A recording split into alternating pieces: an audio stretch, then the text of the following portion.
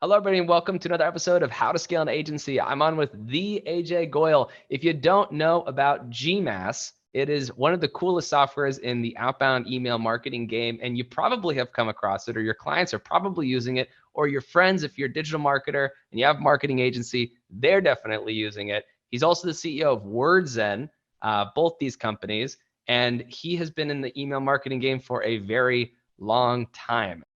On his LinkedIn, if you go to his LinkedIn, it says that he's the original cold email commander. So if that tells you anything about this guy, I don't think I need to say anything further. AJ, thank you so much for being on the show. Appreciate it.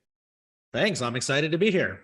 So AJ, what makes you the original email commander, cold email commander? There's a lot of people who probably would try to claim that moniker. So why are you claiming it on your LinkedIn? Because out of all of the CEOs of cold email platforms, or even the guys out there that may not have their own cold email platform, but claim themselves to be cold email experts, all of them have developed their skill set in the last maybe 5 or 6 years. Yep. And Gmass, my product, which a lot of people use for cold email, has also been around for that time frame, 7 years actually.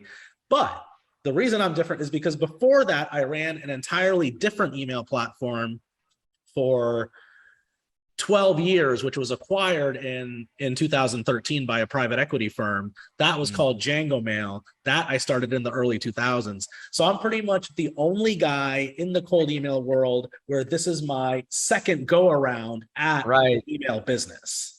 That's incredible. And anybody who hasn't been following AJ on LinkedIn like myself, who I have been following him now for a while.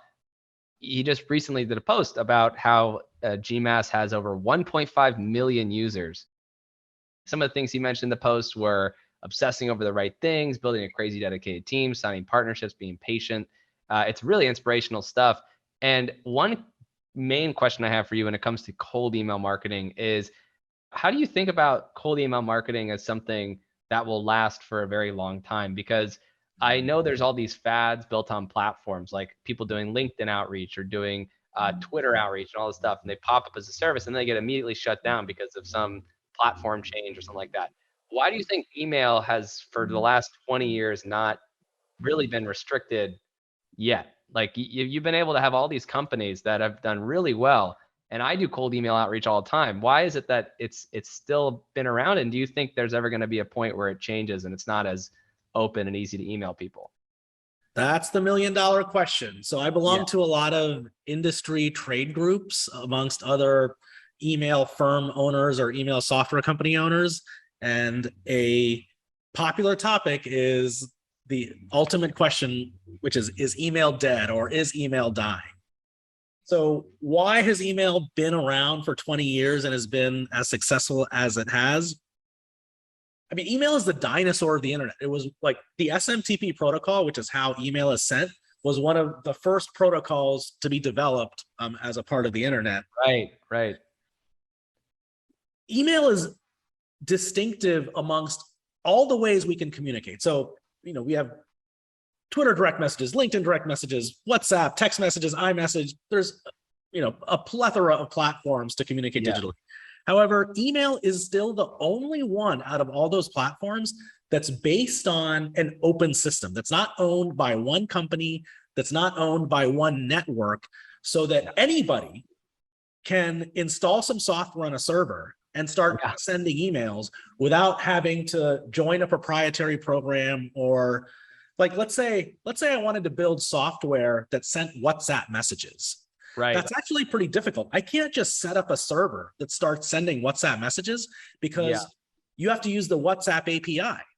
And the WhatsApp API can't just be signed up by anybody. You have to be like approved. You have to be like one of a handful of companies that Facebook has approved to get to use the WhatsApp API. So with all the other digital communication platforms, there are restrictions. And email is open. So that's probably the core reason why email has stuck around for so long and why email is universal as a communications medium. Yeah, go for it. Keep going. I was just going to add that I have kids now. I'm 45 years old and I have a teenager. They are not using email as much as my generation was when we Right. were in our 20s and 30s. Yeah. So it's to be seen what happens. Like we're still in the generation, like the people that started using email when email was invented are still around and are still working, Yeah. still in front of their Yeah. computers. It remains to be seen what happens when we start to fade away. Like, and I'm not, I've never been a good predictor of the future. So Yeah. will email be around forever? No, like there's no way. There's no way email is Yeah. going to be around forever. Yeah. But it's shown its staying power, and I think it has a future still.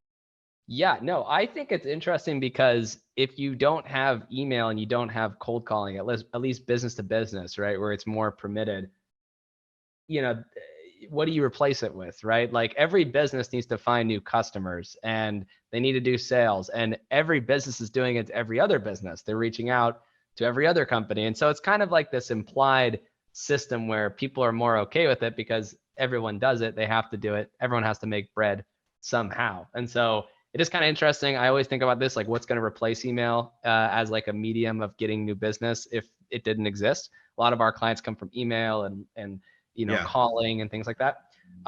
So it is very interesting. Now, a lot of people who listen to the show obviously are digital marketers. They run outbound campaigns. A lot of lead gen companies listen to the show as well. I want to get into some of the statistics that you've seen. Maybe if it's just like general statistics, I don't need you to disclose all your secret sauce, but like when it comes to outbound messaging, right? There's this huge conversation in our community right now about the right kind of outbound message to send. I've been a huge fan, and I actually commented on one of your recent LinkedIn posts about this. I've been a huge fan of what I call the Trojan horse method, where it's you get somebody to opt into something that's really good and they won't say no to because it's just so awesome, even if it has nothing to do with their business. Just kind of like when, Red Bull hands out free Red Bull cans at the beach of major beaches across the United States. Like they're just trying to get people to taste it and then they know they're going to go buy it, right? So it's kind of like you give something out that's like so crazy that they're going to say yes. So you get way more opt-ins, and then you can convert them into a sales meeting after. That's a good for like B2B service transaction. Yeah. But then there's this whole other debate of, well, it doesn't really matter because you could just send high volume. And if you send high volume, even if you get less people opting in, you're still going to be fine because it evens out to the same thing. Plus you cut right to the chase. You don't have to do some kind of workaround or anything. You just go straight to, this is great, use it, right? Yep. Which of those two do you recommend or see being most successful? Or do you think it's a spectrum where you can do both and they're both very successful? I have seen the former method being more successful. So anytime you have a smaller targeted list of leads where the offer is more relevant to your prospect list, I mean, you're obviously going to get a higher open rate, higher reply rate, and higher close rate. The problem on the other side is that scaling a cold email campaign requires time, and I've seen this a lot where a client will want to scale from sending 200 cold emails a day to 10,000 cold emails a day, and there's actually two different technical methods you can use to scale up, which we can talk about. But anytime you scale that wide, one, you're likely to run into at least some deliverability issues, because the less targeted your list is, the more complaints you're going to get, and the more complaints you get, the more your deliverability decreases. So that's a negative right there. The other negative is that you're naturally going to get less engagement because your lead list isn't as qualified. And the third thing that I think happens is that because you're dealing with a sample set of data that isn't targeted to what you're doing, you're not able to make tiny tweaks to your campaign. You're not able to learn and improve your cold email campaign when you're doing it at a more generic way than you are if you're doing it in a more targeted way. Right. So your rate of improvement as a cold emailer goes down the more you scale up. Yeah, that's really interesting. I mean, I feel like you're like the definitive person to ask about this. That's why I'm so glad you mentioned that, because, I was trying to stay impartial and say, look, like, I'm going to hear what he says. Maybe he says that the high volume salesy, which, some people would say is spam approach, is the one that works. But I'm really glad that you said that the other one does, because that was the big aha moment for me, even with my own agency. When we do outreach for clients, I've started to think of it as there's MQLs and then there's SQLs. And my job is to get a company MQLs, because if I go to a party and I know nobody at this party, and I just start handing my business card out to every single person at this party, they're probably not going to like me very much, because you're just spamming them. You're basically just going up and handing your business card out. But if you walk into this party and you have a plate of brownies and the brownies are amazing and everyone eats a brownie, they're going to love you. And then you could talk about business, right? You can transition them into business. And so it is kind of interesting, because, hearing you say that, the former method of trying to give them some value and getting them to say yes and opting in, I think that's the way to go. And you see the entire industry, for the most part, is doing it the opposite way, which is just basically scaling spam for themselves and their clients, when the secret is like right there. It's like you just get someone to say yes to something, get them to talk to you,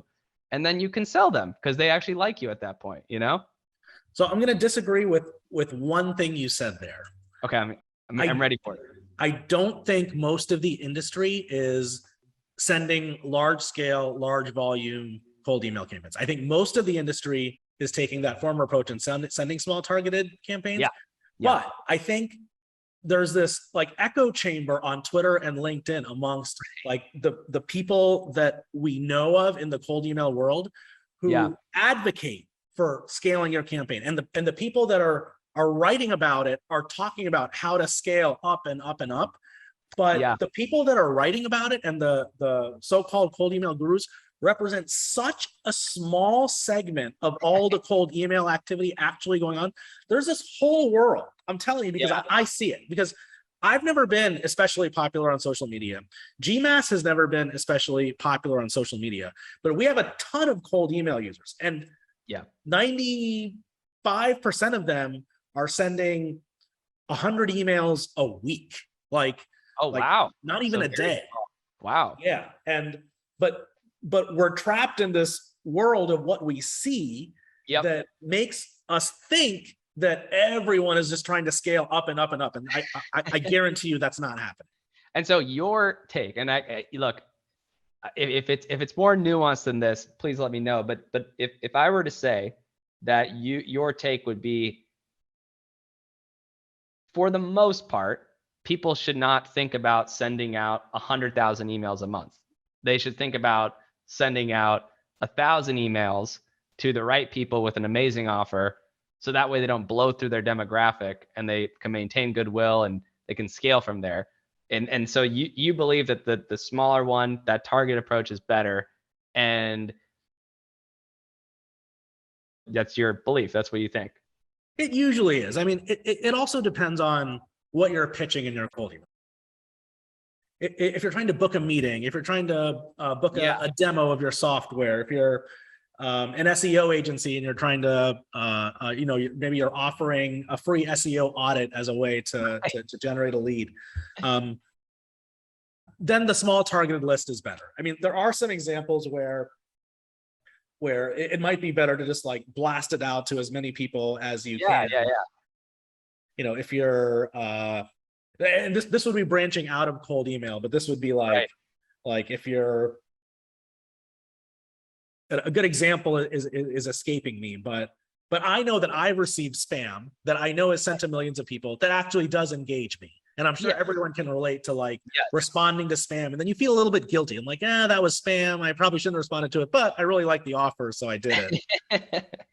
100%. So, okay, now that we've established that part, my next question is around maybe the statistics or success rates of the kind of offer. So do you find that, like, kind of my thesis, I'm curious if you agree with the thesis or if it's different. My thesis when it comes to email outreach is that if the product isn't, like, basically that it's kind of like luck when you first start a campaign. Like, you don't actually know how well they're going to receive your product. So when you just send a sales pitch, you might be sending thousands of emails before one person says yes, because the product market fit isn't there. But if you go the other route, and let's say you invite them to a community, or you invite them to an event, or like you send them a gift, or you say, hey, I'll give you a gift card for hopping on a call, like something that's like more of a Trojan horse just to get them to talk to you. You don't need to wait like thousands of emails and kind of roll the dice to see if someone's going to like your product. Is that kind of the thesis you have, or would you say that like, Yeah, that's kind of, it is, but I can't take credit for that thesis. I mean, that's kind of a general, like, that's kind of like sales 101 a little bit, which is it's consultative sales 101, which is offering value in some form, whether it's a Starbucks gift card, whether it's some other type of gift, whether it's a PDF or a white paper on SEO best practices, or whether it's offering some of your consultation time, like offering to do a free SEO audit, or offering to do like a redesign of your website's homepage just to get an idea for like, we see a lot of web designers using cold email to get web development. Yeah, 100%. So very interesting. Yeah, that like having some sort of a magnet or some sort of a freebie to get someone engaged is super powerful for getting replies. So that will like get you that initial reply and get a stream of communication going. But then you can't rely on like whatever you gave away for free. That's just to get that initial reply. Now you've actually got to prove yourself and have something substantive that you do as a product or a service. Like you have to be a real company offering something real. That freebie is just to get past that first obstacle. Yes, and it's so funny. So interesting here you say this.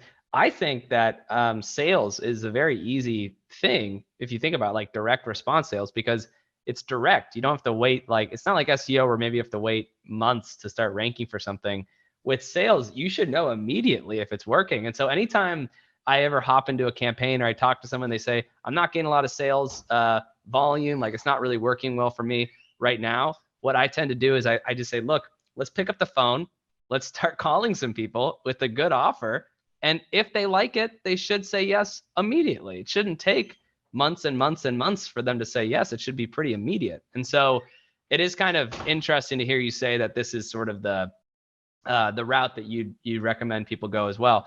Now, I am also curious because another hot topic that's inside of our community right now is which email software should I use? And the space has become incredibly crowded now. You guys have been around for a while and you have literally millions of users. So people love it. I've used it for a long time. I'll bring up a couple names and I'd love for you to kind of share your thoughts on what makes you guys different or when somebody would use you guys. The big ones people use in our community are like Lemlist and Instantly. Those are kind of like the two main ones right now in the space. What would you, and obviously Gmass, of course, but like what would you say, compare and contrast differences? Why is one better than the other? Maybe better for a certain use case? All right. Well, you may not like the answer to this question. So I used to pay obsessive attention to all my competitors and what they were doing and what features they were releasing. I actually stopped doing that about a year ago because I found that when I did that, it wasn't helping me in any way, because rarely did I change the growth path that I was on, or rarely did I like course correct because of something I learned that a competitor was doing. And what I found is that it would be like this mental drain. I'd go down this rabbit hole and I'd get really frustrated and angry because I'd be like, oh man, their email warm-up feature is better than mine. So I've got to change this and adapt to it. And I was burning cycles without any ROI when I did that.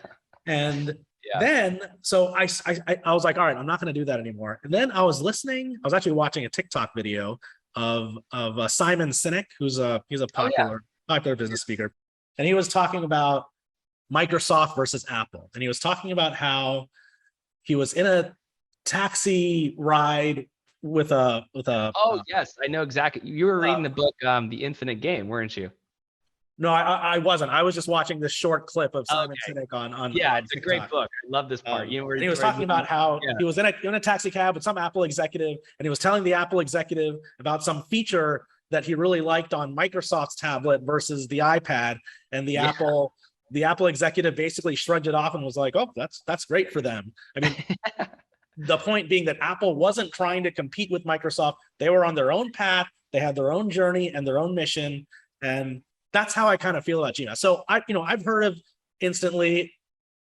basically familiar with their offering, as I am with Lemlist and Mailshake and Quickmail and Yeah. Mixmax and Yesware and all. There's so many players now. I can tell you this. I mean, basically, we all do the same thing. And the industry, the software side of sending cold email has matured enough now where it's actually getting harder to differentiate one platform versus the other. We all basically do the same thing, and we all basically do it pretty well. Right. You know, if there's one advantage Gmass has over the others, it's our workflow. So because Gmass is offered not as a web-based product, but as a Chrome extension. Yes. So because the functionality happens inside their Gmail account, it's a lot faster to get stuff done. So it's a lot faster to launch and send a cold email campaign in our platform than it, I should say probably, I don't like making absolute statements here. Yeah. Than those other platforms. But which I would agree with. And you know, and you know, there are some like little technical things that we have that they don't, and there are some little technical things that they have that we don't. But those aren't make or break type features. Yeah. Well, you know what's interesting? This kind of leads me to my next question, because there has been, and I would say probably some of the fastest growth I've ever seen for a software, at least in recent memory, around this whole Chat GPT thing. Yeah. How do you think that's gonna, if at all, disrupt or change how you build Gmass? Yeah, I just tweeted about this a couple of days ago. I was testing Chat GPT, trying to get it to write some cold email for me based on some prompts, and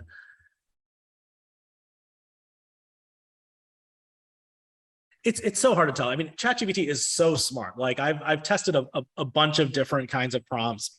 Right. What it spits out is amazing. And for the first time, you know, AI has been a buzzword that's been thrown around by like every software company for years. But this is the first time where it feels like something significant is happening in the world. Like this is a big deal.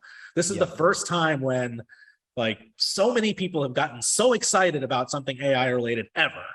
Yeah, and consumers too, not even just businesses, you know? Up until now, it's been a buzzword. And now it's like something tangible that people can actually experience. Right. I don't know that it's going to have a significant impact on cold email writing. It will have a significant impact on like people who are writing blog posts for SEO purposes. Because I think a lot of content writers are basically out of a job now because ChatGPT can do it better. But cold email works when it's personalized to the recipient as much as possible. And right now, you probably know that ChatGPT is not connected to the internet, so it can't pull information about somebody. You can't can't say, here's a list of 100 people, write the best, most personalized cold email possible to these 100 people. But it probably will be eventually. So it'll be interesting to see what the next iteration of ChatGPT. Yeah, I've been thinking a lot about that. There's probably going to be someone who tries to use or even try to create their own version and kind of bypass ChatGPT. And then go straight to the internet and try to pull from the internet. Because once it's done once, I mean, the money's in it now. I mean, they could go raise like a $1 billion round if they wanted to, because they have 1 million users in a week. I mean, it's insane. So I've never seen anything like that. It's been crazy. But speaking of getting users, a lot of SaaS founders also listen to this show. And I would be remiss not to touch on that a little bit towards the end here. How did you grow Gmass, and did it follow the path that a lot of marketing agencies to SaaS businesses follow, which is you build a service and then you build a software on top of the service? It was like, can you explain that story, and then maybe touch on that's what happened? So that is not my path, actually. So I know that that's the path of Instantly. And Lemlist. I think that I don't think that's the path of Lemlist. I don't think they started out as an agency, but it might be. He had like a consultancy. I don't know if it was an agency, but it's something like that. Yeah. I know Mailshake like evolved from something else. It was called like Content Marketer or something or whatever. Right. In any case, no, that is not the story of Gmass. The story of Gmass is I had sold my prior email platform, and I was just taking some time off, looking for some new ideas, and I started to become involved. I started to become excited about Chrome extensions. This is around 2014, 2015. And as I was becoming excited about Chrome extensions, Gmail for the first time released an API. And those two things happening at the same time, like, got me cranking. And I thought, wouldn't it be cool if you could send like a low volume email campaign from inside Gmail using a Chrome extension? Yeah. And I looked around, and there were a couple of guys that had tried to build something, but they worked terribly. And given my experience from having just run this other email platform, I just felt this like pull, like, oh man, I've got to be the guy to build this. Like, this is what I was meant to do next. Yeah.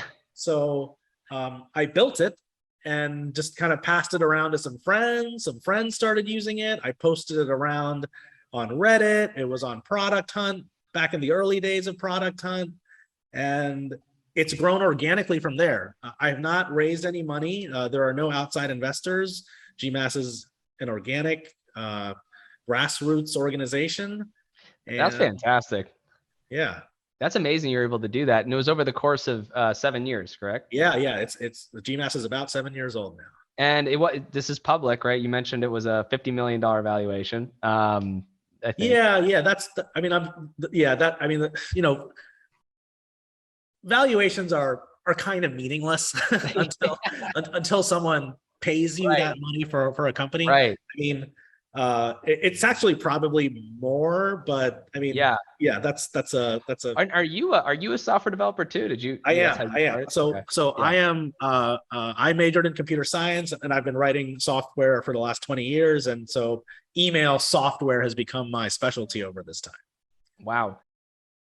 That's really awesome. I mean, it's a pretty complex. It can be pretty complex. So building some software projects using. I'm a software developer as well, and I've messed around with the Gmail API and all sorts of other APIs too. So it is interesting. I mean, that's definitely, it can get pretty complex when you start to do more scaled up stuff. So definitely could see why you've had an advantage there. Now, one of my final questions is, there's a huge movement around no code now. Bubble is a really popular app. They have 2 million users and just raised a whole bunch of money and stuff like that. How do you think about the future of no code as well with software development? A lot of digital marketers are trying to get into software, and they don't want to drop $100,000 or $1 million on the software. They want to just start building. They want to start getting customers, and they can spend maybe 1,000 hours learning no code, and then boom, they can actually launch a product. So I'm curious, like, what you think about that and how you think that's going to play out too. Well, I mean, there's a ton you can accomplish without being a developer. With Zapier and just other ways to connect systems together, you can build things that do useful things without writing code.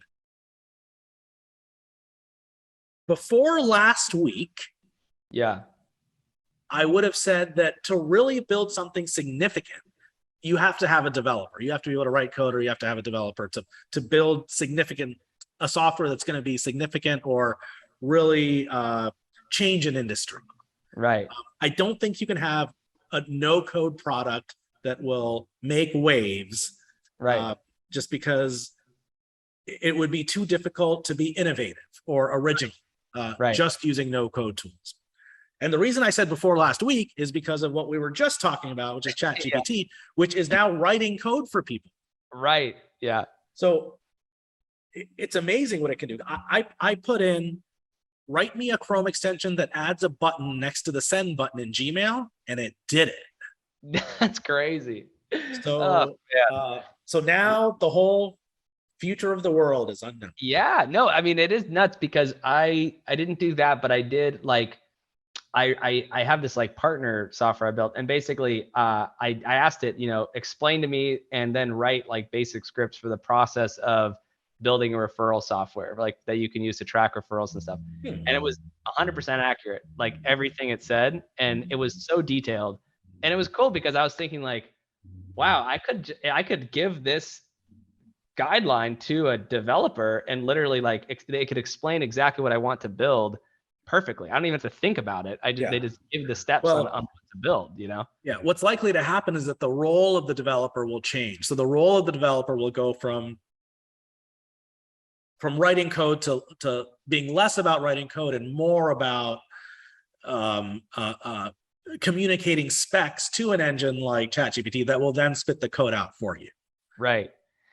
Just like doctors now. I mean, doctors use AI to look at diagnoses of tumors and other things like that, and they make the final decision, but they have the AI identify these tumors way better than they would, because yeah, the AI is typically at this point in time better at identifying like patterns in trillions of different data points, whereas a human maybe intuitive, more so, maybe even better at intuition than a software.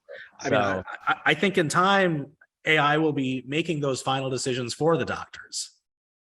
Yes. Well, because they can make the decision, then you can just do a analysis and say how correct was their decision. You know, that's a pretty binary outcome. I mean, if the person gets better and the decision was right, and they do that more often than the doctor, then it does make sense to use the AI. So when you said binary outcome, I thought you were going to say either the patient lives or the patient dies. Yeah. Exactly. No, I mean, that's so true. It's like, it's so true. And I think the same thing will happen with the code, because you could say, okay, use this programming language to like, someone's going to build an easy way to deploy the code from something like ChatGPT, and then like literally start getting users on it. I mean, you could imagine a world where it's like, create a website for this thing, launch the code on this server, and then write the blog posts to attract people into this website, all with the click of one button, right? I mean, that is very foreseeable now. I mean, it's achievable in the current date and month and year that we're in right now. So it is pretty fantastic. But AJ, I thank you so much for being on the show. I mean, people have learned a lot, and for everybody listening, I mean, AJ's been able to get millions of users for Gmass, and you've probably been using a software too. I've used it for a while now, and if you aren't using Gmass and you haven't signed up before, you can go to gmass.co, and that's the best place for them to go, right, AJ? Or is there anywhere else you'd want to send them? Nope, that's the best place. Someday I'd like to say gmass.com, but getting that domain name has been a challenge. Yeah, actually, that's really interesting. Did someone like purchase that right when you guys launched, or was it already No, it was already a purchased domain for years prior to me launching. It's not being used as an active website. It's some group in Ireland. They've been hard to get a hold of. I don't know. Wow. Well, they probably want to just bid it up, right? I mean, at this point, you know. Maybe. Yeah. I'm not even sure if they're aware of us, though, really. Really? That's hilarious. That's crazy how the internet could be. You could have millions of people using something and then still not know the domain is worth as much as it is. I mean, they could probably make a good amount of money for that. That's wild. Well, again, thank you so much for being on the show, man. Any last words you'd like to leave the audience with? No, you know, if we had time, one of the most talked about things in cold email right now is email warmup, and whether the whole idea of email warmup is going to go away, because Google sent out a letter to all of the platforms about a month ago saying, shut your warmup platform down or else. So that's just, okay. We can't end on that note now. Now we got to talk. I know. I'm throwing the audience for a loop here, but yeah, it's an interesting thing that maybe we'll dig into next time. No. Let's dig it. So I just explain a little more. Wait, so you're saying that I saw that notice, I think, from different platforms are posting it. So how are you maneuvering that? How are you thinking about that? We are probably just going to shut our warm-up service down. Oh, really? Wow. Yeah. So that's going to have a lot of ripple effects with all the email marketing platforms. I mean, all of them. Yeah, it'll be interesting. So there's basically two ways to do warm up from a technical perspective. You can use an API, you can use Gmail's API, or you can use this other protocol called IMAP, which is unrelated to the API. So what some services are doing, and I believe Lemlist and QuickMail are doing this, is they have transitioned. I think Instantly is fully based on IMAP, actually. Yeah. They have transitioned their service over to the IMAP protocol away from the API protocol. And we could do that too. It's just that I wouldn't be able to offer anything truly special. It would just be a me too product.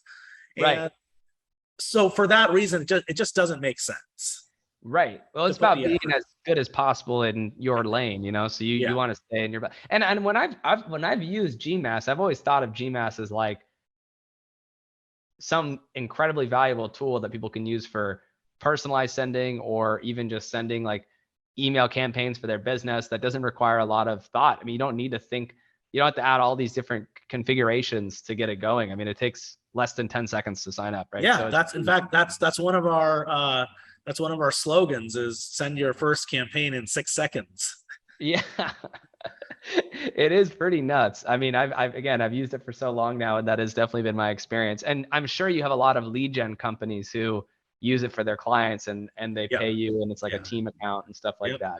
Well, yeah, I mean, the title of your podcast is How to Scale an Agency, and we didn't really dig into that, but yeah, agencies use Gmass to cold email agencies use Gmass Yeah. to scale for their clients. Well, what do they do? So what do they do? I mean, how, because I mean, we've done that in the past, but how would you recommend an agency, a cold email agency, use this? I mean, what's the best route, would you say? Do you have like some examples, maybe not of businesses per se, but just the business models that work best? I mean, lead Yeah. gen, maybe charging like your normal lead gen retainer, Yep. and then you use your software Yep. to run the campaigns. Yeah, I mean, what we've seen is most cold email agencies specialize in some niche. So a cold email agency might specialize in like local SEO, for example. And so the price that we charge for our subscriptions become irrelevant because what they're usually doing is bundling that in with their copywriting services and their other cold email consulting and strategy Yeah. services, and then offering that as a high ticket consulting gig Right. Right. for their clients. And so it becomes, they might be paying us $30 a month just for the software side of things, but they're charging their clients $3,000 a month Yeah. because they're packaging it with their other services.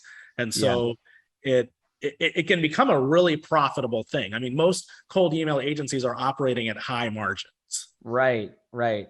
Yeah, and I mean, I would be remiss to not talk about this point either, which is how did the growth curve actually happen with Gmass? Like, when did people really start using it? I mean, was it like year one, boom, just blew up, or was it took a few years and then just went crazy, or how did that?